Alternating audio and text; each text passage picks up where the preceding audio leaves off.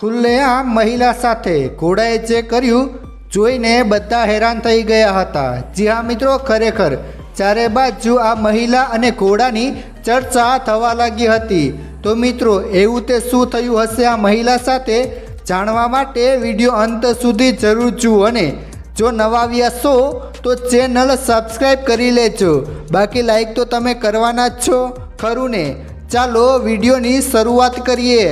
મિત્રો એક રિસર્ચમાં એવું જાણવા મળ્યું છે કે અમુક યુવતીઓને ઘોડા ખૂબ જ ગમે છે અને તેનું સૌથી મોટું કારણ એ છે કે યુવતીઓમાં સંબંધ બનાવવાની ઉત્તેજના ખૂબ જ વધારે હોય છે, તેથી તેઓ ઘોડા સાથે સમય વિતાવીને ખૂબ જ સારો અનુભવ કરે છે। એ જ રીતે યુકેમાં રહેતા એક શ્રીમંત પરિવારની છોકરી કેથલીનને પણ તેના ઘોડા પ્રત્યે આવો જ લગાવ હતો।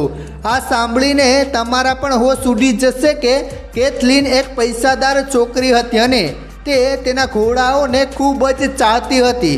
કેથલીન પાસે ઘણા બધા ઘોડા હતા અને એ ઘોડાઓમાં ઓરિજન નામનો એક ઘોડો હતો જેને તે પોતાના કરતાં પણ વધારે પ્રેમ કરતી હતી અને તેના માટે તે કંઈ પણ કરવા માટે તૈયાર હતી।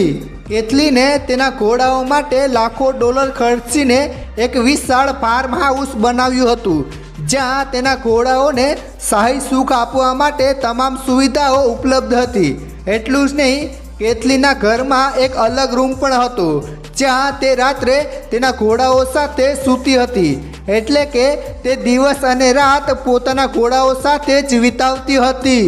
હવે મિત્રો તમે જાણો છો કે માણસ નાની નાની વાતને પણ કેટલી મોટી બનાવી શકે છે। આવું જ કંઈક કેથલીન સાથે પણ થયું હતું। સોશિયલ મીડિયા પર આ સમાચાર ફેલાતા વધુ સમય ન લાગ્યો કારણ કે લોકોને ખબર પડી કે કેથલીન આખી રાત તેના ઘોડાઓ સાથે વિતાવે છે, એટલે આ સમાચાર લોકોમાં ચર્ચાનો વિષય બની ગયો હતો।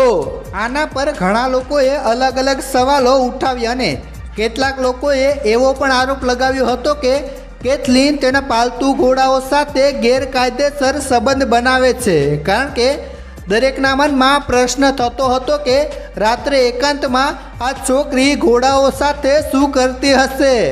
સોશિયલ મીડિયા પર ચર્ચાનો મુદ્દો અને લોકોએ જે પ્રકારનું કહ્યું તે સાંભળીને કેથલીને પોતાનું મૌન તોડ્યું અને સોશિયલ મીડિયા દ્વારા લોકોને કહેવાનો પ્રયાસ કર્યો કે તે માત્ર એક પાલતુ ઘોડો છે ને તેમની વચ્ચે માત્ર એક માલિક અને પાલતુ પ્રાણીનો સંબંધ છે, પરંતુ લોકોએ કેથલીન અને ઘોડા વચ્ચે ગેરકાયદેસર સંબંધ હોવાની વાતને નકારી કાઢી અને આરોપો લગાવવા લાગ્યા।